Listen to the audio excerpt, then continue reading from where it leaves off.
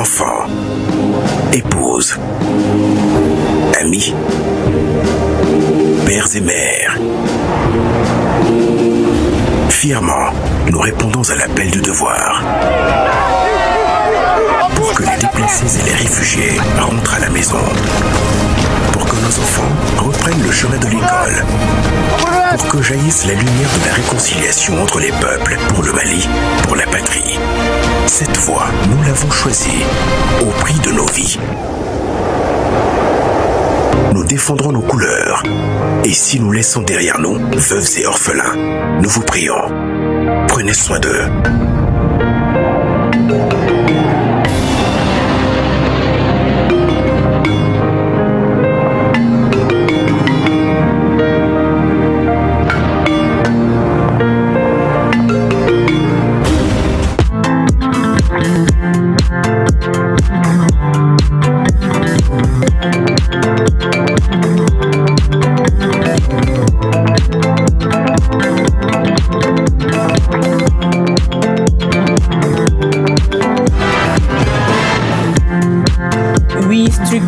Partagent une même mission, propulser l'unité nationale, dynamiser le dialogue intercommunautaire et valoriser le patrimoine culturel du Mali. Une dynamique du département de la réconciliation, de la paix et de la cohésion nationale pour bâtir le Mali Koura. Dans le cadre de l'an 5 de la gouvernance du président Goïta, Nyanya Aliou Traoré s'est particulièrement focalisé sur deux programmes, à savoir Malidenko et PCRSS. Les maladies sexuellement transmissibles sont au cœur de la chronique santé de ce soir. Mode de transmission, moyens de prévention et prise en charge. Koumba Sissé et son équipe nous apportent des éclairages sur ces infections. Nous sommes lundi 17 août 2026. Mesdames et messieurs, bonsoir et bienvenue dans ce journal.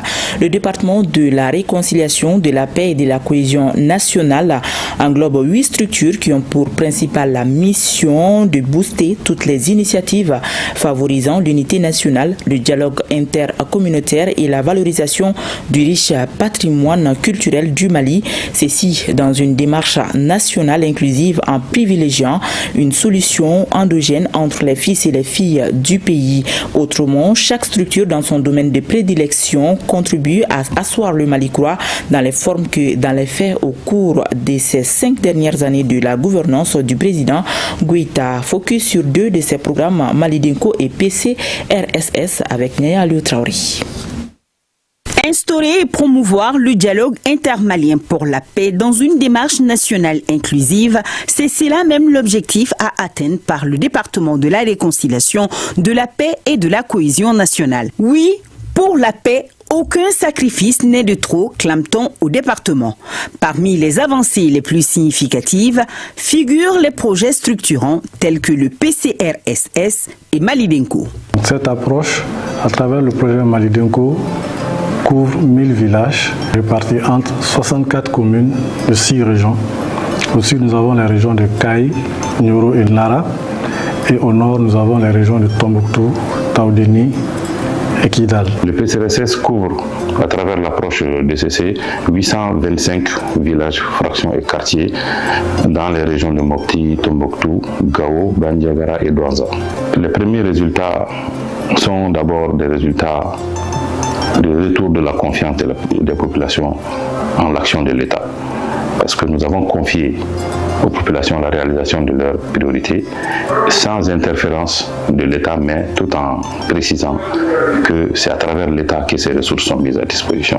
الناس تتراي الحمد لله من الساعة اللي بدأ المشروع بدأت الناس تتراي وتجي من كل بلد وتسول عنه ومهتمة به أكثر. الحمد لله وعجبنا الحمد لله وعجب القبيلة كاملة والناس كاملة متحد عليه خاصة ذاك اللي عجبني الناس متحدة تبارك الله وصف واحد الحمد لله. En matière de désarmement, démobilisation, réinsertion et intégration DDRI, 1617 ex-combattants ont été intégrés au sein des forces armées maliennes, tandis que 1760 combattants ont été démobilisés au cours de l'année 2025. J'ai bénéficié de l'intégration au compte du MSA. J'ai bénéficié de l'intégration dans la région de Menaka et je remercie à mes chefs de Gatia et mes et des autorités du Mali. On a constaté un engouement de la part des mouvements qui sont convoqués ou bien qui sont intéressés par le sud de Gao. On a vu une affluence très intense. Ces opérations augmenteront sans doute les effectifs de nos femmes, réduiront significativement les taux de chômage et enfin réduiront le nombre d'armes en circulation. Le département occupe aujourd'hui une place prépondérante dans la politique du chef de l'État à réunir tous les Maliens.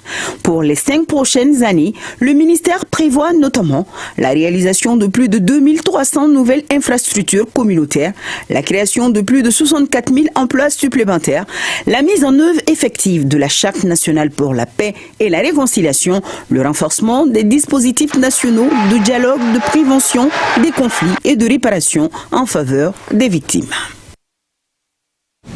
La Société de patrimoine minier du Mali tient la première session de son conseil d'administration. La société est investie d'un mandat stratégique qui porte notamment sur la valorisation du patrimoine, de l'État dans le secteur minier. Le ministre d'État, ministre en charge des Finances, qui en est le président du conseil d'administration, met un point d'honneur sur la gestion transparente des fonds qui seront mis à la disposition de la société. Le compte rendu de Bourama Traoré. À l'hôtel des finances, une autre disposition du code minier de 2023 se concrétise. Par cette toute première session du conseil d'administration, la Société des patrimoines miniers du Mali entre dans sa phase opérationnelle. Une volonté présidentielle doublée d'une vision stratégique pour un seul but. Les ressources minières doivent briller d'abord pour les Maliens. Dans son adresse à la nation, à l'occasion du Nouvel An 2026, le président de la transition a fixé un cap très clair. La richesse du Mali va appartenir aux Maliens et profiter d'abord au peuple malien. Il a également appelé à poursuivre les efforts de structuration et de valorisation afin que cette richesse serve davantage d'investissement, d'emploi et de transformation locale. De transformation locale, mais aussi du renforcement de la souveraineté économique du Mali.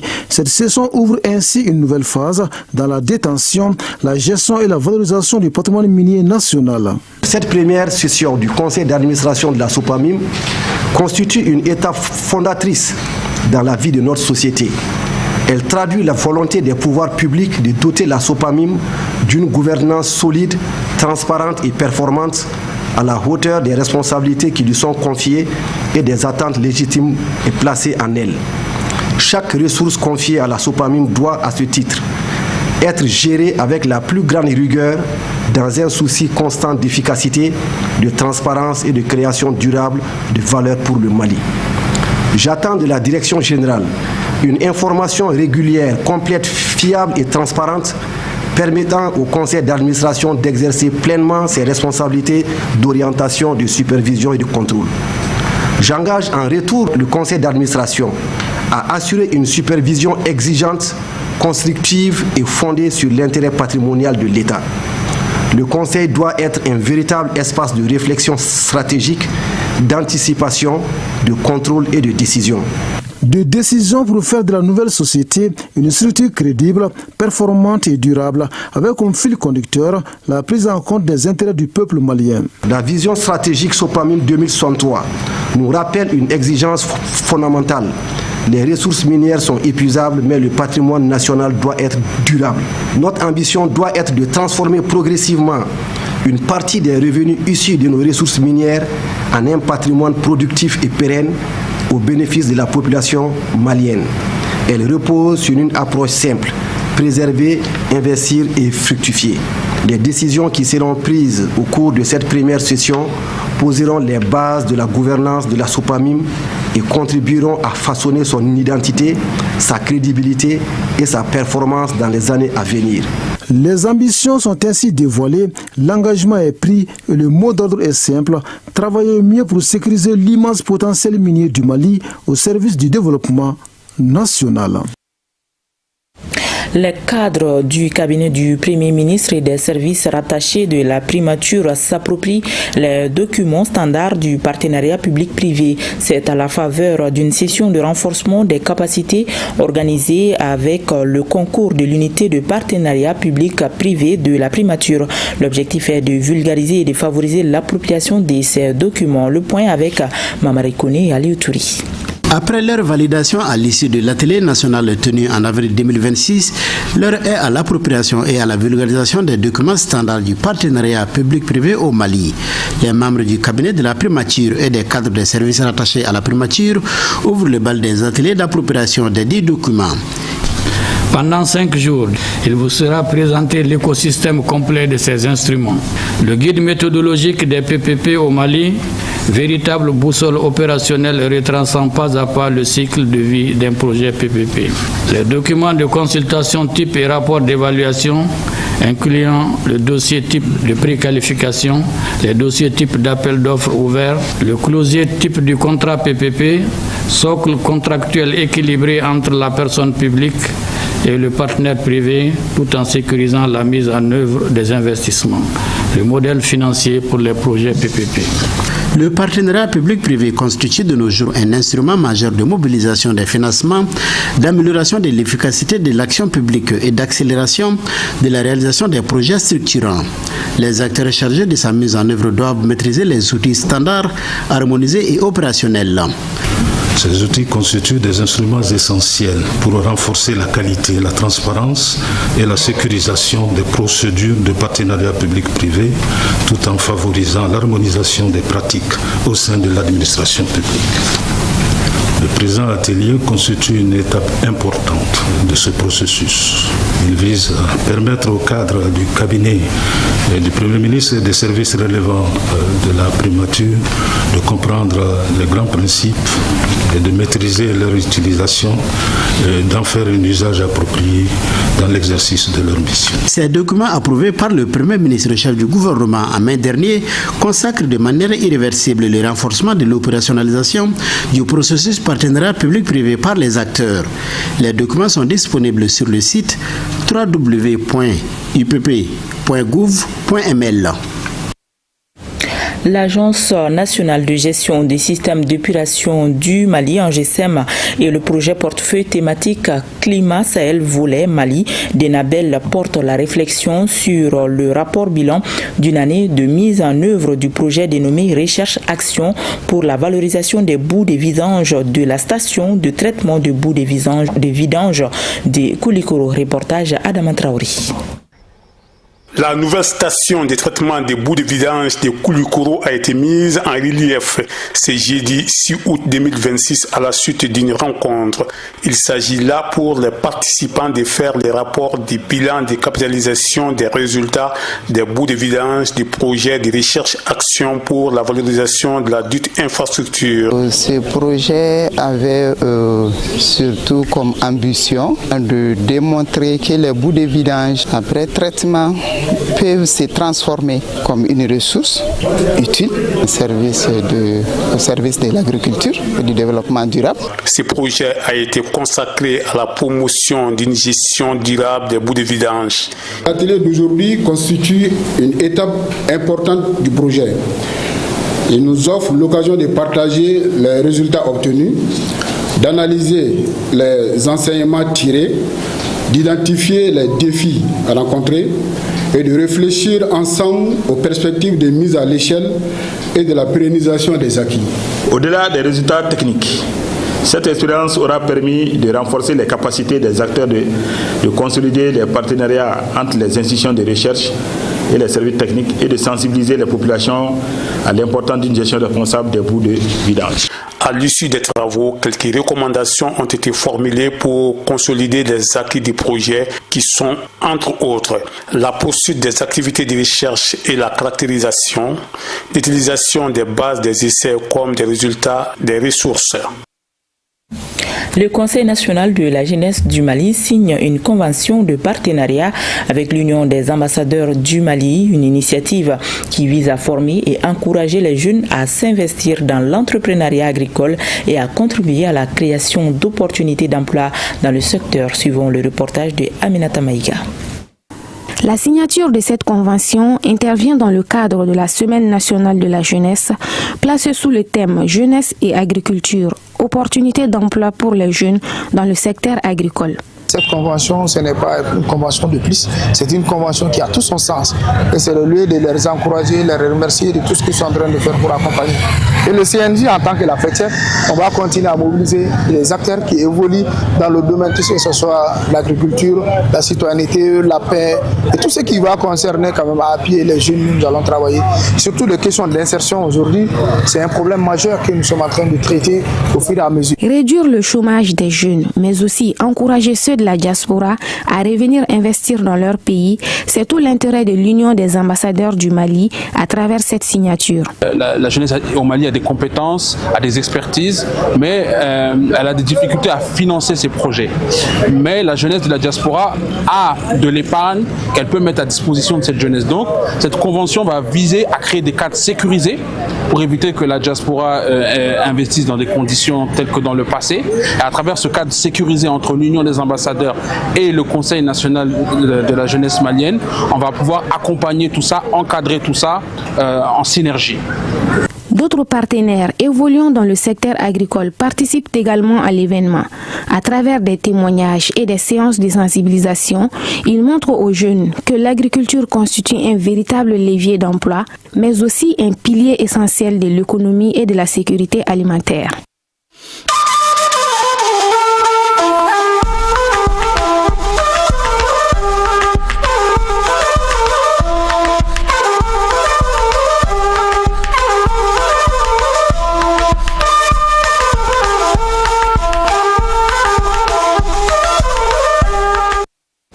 Le Premier ministre nigérien Ali Mohamed Lamine Zein, en mission de travail dans la région d'Agadez, a assisté hier à Atiri, à la Tahajara.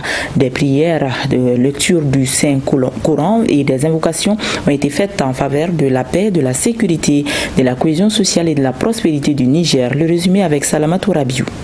Après le lancement jeudi dernier des travaux de forage du puits explorateur du bloc d'Afara, le Premier ministre chef du gouvernement Ali Mohamed Lamine Zein a assisté ce vendredi 14 août 2026 à Atri, dans le département de Tirozérine, à la Tahajara, la retraite spirituelle des oulémas et fidèles musulmans. Cette tradition spirituelle est organisée par le sultan de l'Aïr, Son Altesse Oumarou Ibrahim Oumarou, afin d'implorer le Tout-Puissant qu'il protège le pays et son peuple ainsi que ses dirigeants qui font du bien-être de la population leur principale priorité. La Tahajara, c'est un rappel, est une tradition ancrée dans la culture de l'Aïr qui vise le renforcement de la foi en permettant aux participants de se consacrer entièrement à la prière, à la méditation et à la lecture du Saint-Coran afin de renforcer leurs liens communautaires et de prier pour le bien-être de leur région et du pays tout entier.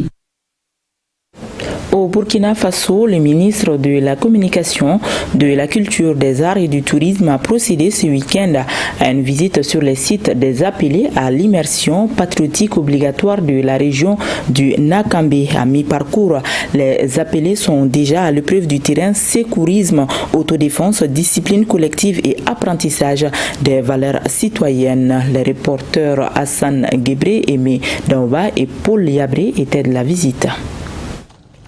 Ici, le temps est donné dès les premières heures de la journée. Rassemblement, consigne, le tout sous le regard admiratif du président de la cellule régionale de l'immersion patriotique obligatoire dans le Nakambé. Les appelés sont donc à l'œuvre. Sur les différents sites visités par le président et son équipe de coordination, le constat est satisfaisant. Nous avons appris le patriotisme, l'amour de sa patrie. Nous avons appris à ne pas trahir sa patrie. Nous avons appris de vivre ensemble, la solidarité, la discipline. On doit être patriote pour pouvoir aider le gouvernement dans cette lutte contre le terrorisme. Une confiance qui semble également rassurer les responsables de l'encadrement pour qui, au-delà des activités quotidiennes, l'immersion est perçue comme une école de discipline, de responsabilité et d'engagement citoyen. C'est les inviter toujours à rester concentrés, à suivre les différents enseignements, les différents modules que nous dispensons. Nous sommes engagés pour cela. Depuis le recensement de 2019, nous avons 71% de jeunes. Donc il nous faut forcément former cette belle jeunesse afin qu'ils puissent porter haut le flambeau de la révolution. À l'issue de la visite, Yé Abraham Somto se veut également rassurant. Nous attendons que ces appelés brillent au sein de la société et puissent justement servir sous forme tentaculaire les valeurs de l'immersion patriotique. Ces appelés doivent donc être ceux-là qui doivent porter les flambeaux maintenant de notre révolution.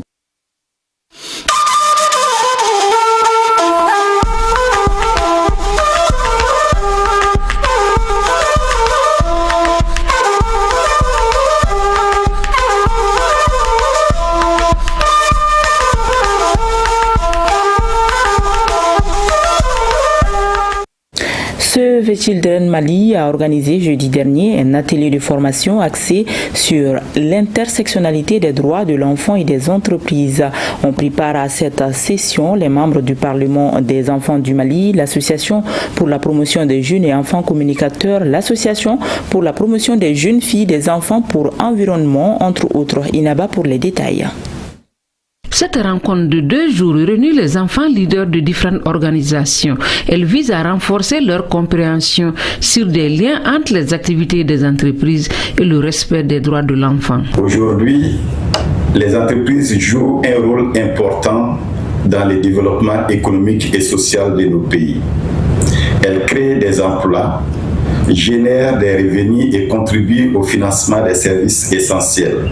Cependant, lorsque leurs activités ne sont pas suffisamment encadrées, elles peuvent également avoir des effets négatifs sur les enfants, notamment en matière de protection, de santé, d'éducation ou même d'exploitation. Cet atelier est d'une vraiment importance capitale parce qu'on suppose qu'après ces 2 jours, les enfants sortiront formés, vraiment coachés sur les thématiques qu'on va aborder. Selon la directrice nationale adjointe de la promotion de l'enfant et de la famille, la promotion et la protection des droits de l'enfant demeurent une préoccupation du gouvernement du Mali. C'est pourquoi notre pays a souscrit à plusieurs engagements relatifs aux droits des enfants.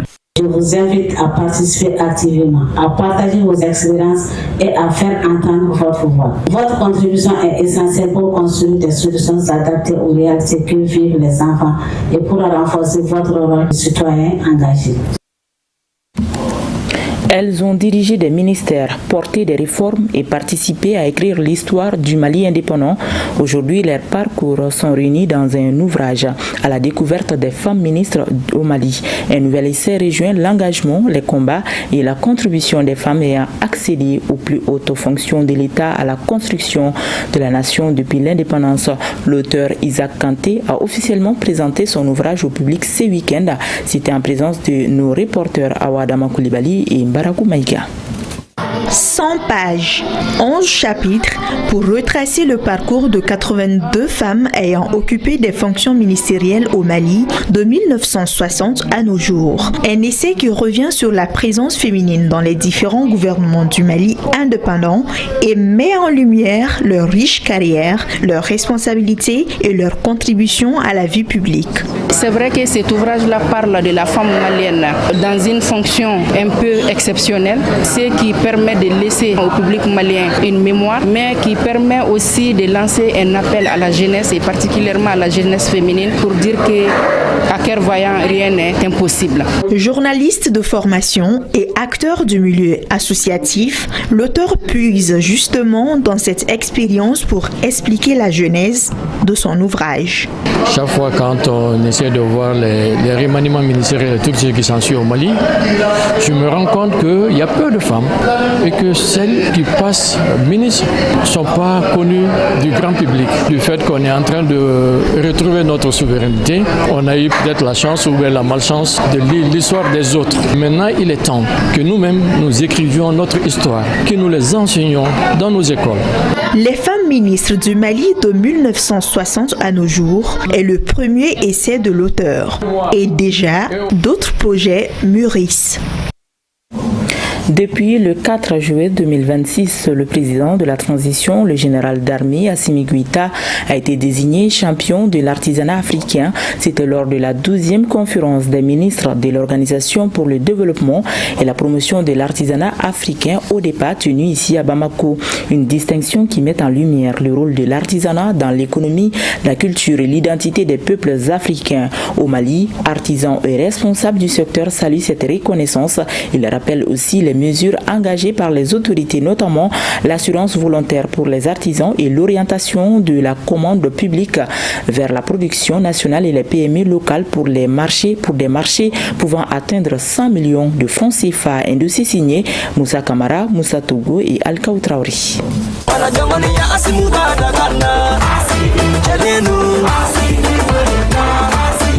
Du fil au tissu, du bois à la sculpture, du cuir à l'œuvre finie, chaque geste d'artisan porte une part de l'identité malienne. L'artisanat ici est plus qu'un métier, c'est un héritage, une culture, mais aussi une source de revenus. Avec plus de 500 métiers artisanaux exercés par des millions d'artisans, le secteur mérite une attention particulière de la part des autorités du pays. C'est pourquoi le général d'armée Assimi Goïta a pris des décisions historiques en la faveur des hommes et femmes qui l'animent, notamment l'assurance volontaire pour les artisans et l'orientation de la commande publique vers la production nationale et les petites et moyennes entreprises locales pour des marchés pouvant atteindre 100 millions de francs CFA. Ces initiatives parmi tant d'autres ont été saluées et reconnues lors de la 12e conférence des ministres de l'Organisation pour le développement et la promotion de l'artisanat africain ODEPA. La plus grande décision, ça a été la désignation par mes pairs du président de la transition, le général d'armée Assimi Goïta, qui a été désigné comme champion de l'artisanat africain et eu égard à son engagement exemplaire dans la sous-région. Au Mali, l'artisanat fait vivre des millions de personnes. Le secteur représente 24,2% du PIB, selon une étude réalisée en 2023. Nous félicitons le président d'être champion, mais ce n'est pas fortuit. Même dans nos grandes rencontres, le Mali est une référence. L'année de la culture, nous avons reçu des kits, non seulement des kits solaires, mais des kits alimentaires pendant une période difficile. En choisissant le président de la transition comme l'ambassadeur de l'artisanat, nous espérons qu'il va montrer la voie aux autres chefs de l'État. Dans l'année de la culture, beaucoup d'activités ont été faites et appuis ont été faits au secteur de l'artisanat. Je peux citer d'abord le projet Sigidanyata. Dans chaque région, on a sélectionné 5 projets qui doivent être financés par ce projet année de la culture. Et Mopti en a bénéficié avec 5 projets. Et chaque projet, c'est à hauteur de 5 millions de francs CFA. On a décidé d'équiper les infrastructures. Les centres de ressources, nous en avons plus de 5 aujourd'hui dans le pays. Les centres de ressources, c'est des équipements collectifs qu'on met entre les mains des artisans. L'année de la culture aussi nous a permis de penser à beaucoup développer le textile malien. C'est pourquoi l'initiative a été prise de doter par an 5 centres en équipement. Dans le milieu artisanal, cette distinction suscite beaucoup d'espoir dans l'amélioration de leurs conditions de travail. On a reçu des kits solaires et puis il nous a aidés concernant les formations professionnelles avec le FAFA. Il n'est pas donné à tout leader d'être champion. Le président de la transition a consacré l'année 2026-2027 comme étant l'année de l'éducation et de la culture. Ça, c'est un grand pas, c'est un maillon salutaire. Ça veut dire qu'il a de l'estime et il nous a démontré qu'il fait confiance au secteur de l'artisanat. Je suis très content et puis très ravi parce que ça fait honneur au Mali. Et nous avons toujours eu le soutien du président parce qu'il a même recommandé à tous les ministères de commander chez les artisans ce que le Malien fabrique. Désormais, chaque ministère doit commander des produits jusqu'à hauteur de 100 000. millions. C'est une grande décision. L'enjeu dépasse le Mali. Partout en Afrique, l'artisanat représente un fort potentiel économique. Dans l'espace AIS, plusieurs initiatives sont engagées pour promouvoir les produits locaux et renforcer les échanges entre artisans. Nous avons conçu une politique artisanale des 3 pays. Nous travaillons sur 3 grands salons, à savoir le SAFEM au Niger, le SIAO au Burkina Faso et le SIAMA au Mali. Depuis l'année dernière, en 2025 déjà, nous avons ouvert nos 3 marchés déjà. Donc ce fut un bel exemple pour les autres pays de l'Afrique. Et donc nous allons continuer à mutualiser les marchés, à mutualiser les formations, les productions et faire en sorte que nous travaillons sur la labellisation et les questions de qualité. Pour les artisans maliens, la distinction d'Assimi Goïta comme champion de l'artisanat africain ouvre une nouvelle perspective. Le défi est désormais de transformer cette reconnaissance en opportunité durable pour celles et ceux qui font vivre l'artisanat au quotidien. Message de reconnaissance et d'engagement des 82 ex-détenus au président de la transition, le général d'armée Assimi Goïta, reçu à Koulouba lors d'une cérémonie d'échange avec le chef de l'État. Ils ont réitéré leur engagement à défendre la patrie et exprimé leur souhait de retrouver leurs frères d'armes pour la défense du territoire. Le ministre délégué auprès du ministre de la Défense et des anciens combattants, le général des divisions Oumar Diarra, qui a accompagné la délégation, nous donne plus de précisions au micro de Sera Bachili. C'était vraiment pour venir présenter les militaires. Voilà. Deuxièmement, présenter vraiment toute la reconnaissance et la gratitude de ces militaires au président de la transition, chef suprême des armées, et réitérer, surtout réitérer leur engagement et leur dévouement à continuer avec le combat. Et la position du militaire retenu, c'est une situation qui est normale dans la guerre. Nous sommes en guerre. Souvent, il y a des hauts, des bas. Quand il y a des hauts, on applaudit. Quand il y a des bas, voilà. Nous nous mettons ensemble en communion d'esprit pour aussi passer ces moments. C'est une promesse du président de la transition, chef suprême des armées, de ne laisser aucun militaire, de n'abandonner aucun militaire derrière. Que vous soyez en otage, position d'otage, que vous soyez mort, que vous soyez en position de portée disparue, c'est de faire revenir tous les militaires à la maison. C'est la consécration effectivement de cette promesse que nous vivons aujourd'hui. Ce sont des militaires qui ont été mis en mission, qui ont exécuté la mission, qui ont eu des succès. La reconquête de Kidal, nous avons tous applaudi. À un certain moment, il y a eu des difficultés. Et quand le subordonné, vous le mettez en mission, il a des difficultés, nous revenons, nous ne laissons pas tomber nos subordonnés. C'est pour vraiment adresser vraiment toute la reconnaissance de la nation à ces militaires qui sont restés résilients, qui ont porté le drapeau du Mali très très haut, qui sont restés dignes. Jusqu'à ce que les conditions soient réunies pour qu'ils puissent retrouver la liberté. Grâce aux efforts combinés pratiquement de tous les acteurs, y compris l'état-major général des armées. Depuis un certain moment, cette campagne aérienne qui a mis la pression pour vraiment aboutir à ce succès aujourd'hui. Ils se sont engagés devant le président de la transition tout à l'heure à retourner au front si il est possible. Ça voudrait dire que le moral n'est pas du tout atteint. Pas du tout. La situation d'être retenu, c'est une situation normale dans l'armée. Quand vous combattez, souvent vous êtes dans des moments difficiles. Et quand ça arrive, les consignes sont claires. Nous sommes formés pour ça, pour garder le moral pendant tout ce temps. Pensez même si la famille est là, nous gardons le moral. Et quand vous revenez, nous nous ressourçons, nous les mettons en condition et ces gens-là vont être déployés sur le terrain. Il n'y a pas de problème, c'est une situation normale. Une situation temporaire que le militaire vit à un certain moment, quand les moments sont difficiles. Ce n'est pas une perte d'espoir. Non. Ces militaires sont revenus, le temps général des armées prendra des dispositions pour les remettre en condition psychologiquement, et les déclarations qu'ils ont faites à travers leur porte-parole et le chef d'état-major général des armées réconfortent beaucoup. Ce sont des militaires qui sont prêts à repartir sur le front. La mission est là. Nous allons conduire cette mission-là jusqu'au bout.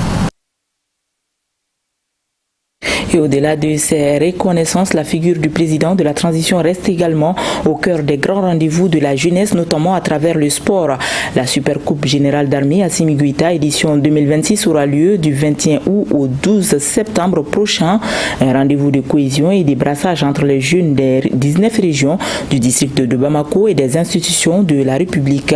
L'information a été donnée ce matin à travers un point de presse animé par le président de la Commission nationale d'organisation, commissaire colonel Cheikh Mamadou Chérif Tunkara. On en sait davantage avec Abdul Karim Kaba. 23 équipes, à savoir les 19 régions plus le district de Bamako et des institutions. La Supercoupe générale d'armée Assimi Goïta, édition 2026, donne le ton le vendredi prochain. Ce tournoi se veut aussi un cadre d'échange, de brassage et surtout de cohésion entre les jeunes du Mali. La transition chef de l'État est un signal fort. Ce signal fort s'inscrit aussi dans le cadre de notre engagement en faveur de la souveraineté et de la dynamique locale, c'est-à-dire faire du sport un instrument d'affirmation et de fierté partagée sur toute l'étendue du territoire national. En référence à l'organisation de notre espace commun, la Supercoupe du président de la transition, chef de l'État, le général d'armée Assimi Goïta, salue la dynamique impulsée par les leaders de la Confédération de l'Alliance des États du Sahel, AES, pour la réalisation des aspirations profondes de nos peuples, à savoir la défense de l'intégrité du territoire, la sécurité et le développement socio-économique des populations du Sahel. L'édition 2026 de la Supercoupe générale d'armée Assimi Goïta aura donc lieu à Bamako du 21 août au 12 septembre prochain. Les terrains retenus sont les stades Mamadou Konaté et Wenzen Koulibaly. Au-delà de son aspect sportif, elle a pour but de renforcer l'unité nationale entre les jeunes du Mali. La Supercoupe générale d'armée Assimi Goïta est un soutien à la jeunesse, magnifier les idéaux de paix et de refondation de l'État portés par les autorités de la transition. À l'entame de ce point de presse, une minute de silence a été observée à feu Seri Diara, initiateur de la compétition, et feu Chaka Bagayogo Diburu Chaka, premier entraîneur vainqueur de la Coupe. Signalons que le tirage au sort et la remise de maillots auront lieu jeudi au Palais des Pionniers. Ce communiqué des femmes. L'état-major général des armées informe l'opinion publique qu'un accident aérien est survenu le lundi 17 août 2026 en début d'après-midi à Tombouctou. Un aéronef de transport de type Beechcraft 1900C exploité par l'armée de l'air dans le cadre d'une mission de liaison de routine au départ de Tombouctou a effectué un atterrissage forcé à environ 2 km de la piste de l'aéroport de Tombouctou. L'appareil transportait 3 membres d'équipage et 16 passagers, dont 3 enfants. Grâce à la maîtrise des pilotes et au déclenchement immédiat des procédures d'urgence, l'équipage a pu poser l'appareil sur un terrain dégagé à proximité de la zone de décollage. L'état-major général des armées se félicite qu'aucune victime ni blessé ne soit à déplorer, tant au sein de l'équipage et des passagers que parmi les populations civiles au sol. Les équipes de secours et de sécurité ont été promptement déployées sur les lieux afin de sécuriser le périmètre et l'appareil. Les premières constatations font état d'une avarie affectant l'un des 2 moteurs survenus peu après le décollage ayant contraint l'équipage à effectuer cette manœuvre d'urgence. Une enquête a été immédiatement ouverte afin d'établir les circonstances exactes de l'accident et d'en déterminer les causes.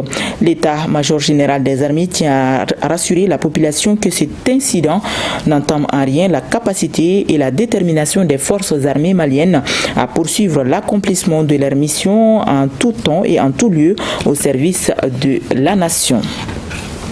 Parlons santé. À présent, dans Focus Santé, la rédaction s'intéresse aux maladies sexuellement transmissibles. Parmi les modes de transmission connus figurent les rapports sexuels non protégés, la multiplicité des partenaires ou encore la transmission de la mère à l'enfant. Ces infections virales peuvent être le VIH, SIDA, les hépatites, la syphilis ou encore le papillomavirus. Au CCRF du 5e arrondissement du district de Bamako, plus de 3700 personnes vivant avec le VIH-SIDA sont prises en charge. Plus de détails sur ces infections avec les témoignages touchants d'un jeune garçon, une réalisation de Koumba Sissi Idrissa Traori. Aborder la sexualité et les maladies qui l'entourent reste un sujet tabou au Mali. Dans les familles, On en parle peu et pourtant, elle est la source de plusieurs maladies infectieuses. Le VIH-Sida, les hépatites virales, la syphilis, le papillomavirus sont autant d'infections que des milliers de patients combattent quotidiennement dans notre pays. Les adolescents, les jeunes sont les plus exposés à ces infections. Une autre voie de transmission de ces maladies virales est celle de la mère à l'enfant. Ce jeune garçon dont nous préservons l'anonymat a le VIH-Sida. Orphelin de mère, il est placé sous traitement depuis qu'il était bébé. On me traitait avec le sirop quand j'étais bébé. Présentement, on m'a mis sous traitement antirétroviral. Cela fait 18 ans que je viens récupérer mes provisions des médicaments pour 3 ou 6 mois. Je fais des analyses aussi. Dieu merci, je me sens en bonne santé. Comme lui, plus de 3700 personnes vivant avec le VIH-Sida viennent au CCRF du 5e arrondissement du district de Bamako. Elles sont suivies à l'unité de prise en charge dédiée à cette infection. Sur ces 3736, il y a 277 enfants qui sont suivis régulièrement et 70% de ce nombre-là représentent les femmes. Les portes d'entrée du VIH, ça peut être des IST, donc les jeunes sont appelés à se faire dépister et en même temps, les mamans, les femmes sont appelées à venir faire pour la prévention. La méconnaissance, l'immaturité du corps ou avoir des partenaires multiples sont entre autres facteurs qui favorisent ces maladies sexuellement transmissibles, notamment les hépatites et le VIH-Sida. L'épidémie est féminine. La prévalence chez les femmes est de 1%. Et pour les jeunes, c'est de 0,31%. Le fait de mettre sous traitement quelqu'un, si la personne a une charge virale qui est négativée pendant longtemps, la personne ne peut plus transmettre la maladie. Dans tous les centres de santé et dans les centres communautaires comme le CESAC ou les Halles de Bamako, j'en passe, on peut trouver des gens pour nous conseiller, pour nous accompagner et trouver les moyens de prévention gratuitement. Ça, c'est la politique de l'État. Suivre un traitement antirétroviral est une lutte de longue haleine car c'est un traitement qui dure toute la vie. Certains patients pris en charge par cette unité se perdent souvent dans la nature. Avec les accompagnements, donc les appels téléphoniques, et les groupes de parole, les sensibilisations, on arrive à récupérer beaucoup de personnes. Nous sommes ouverts à tout le monde. Il ne faut pas attendre qu'on soit malade pour venir. Le dépistage du VIH, si c'est fait et précocement, c'est ce qui est vraiment rentable et vous allez continuer à vivre sans avoir des complications. La prévention de ces maladies sexuellement transmissibles repose entre autres sur l'utilisation des préservatifs, le dépistage ou encore la prise en charge pour éviter la transmission de la mère à l'enfant. À l'occasion du 18 août 2026, date anniversaire de la transition, la rédaction vous propose des dossiers consacrés aux acquis de la transition. À travers des dossiers et reportages, notre équipe revient sur les principales réalisations enregistrées au cours de cette période, les réformes engagées ainsi que les avancées enregistrées dans différents secteurs. Et c'est ce qui met un terme à cette édition que nous avons eu le plaisir de vous présenter. Merci à vous de l'avoir suivi. À demain, même heure, s'il plaît à Dieu. Thank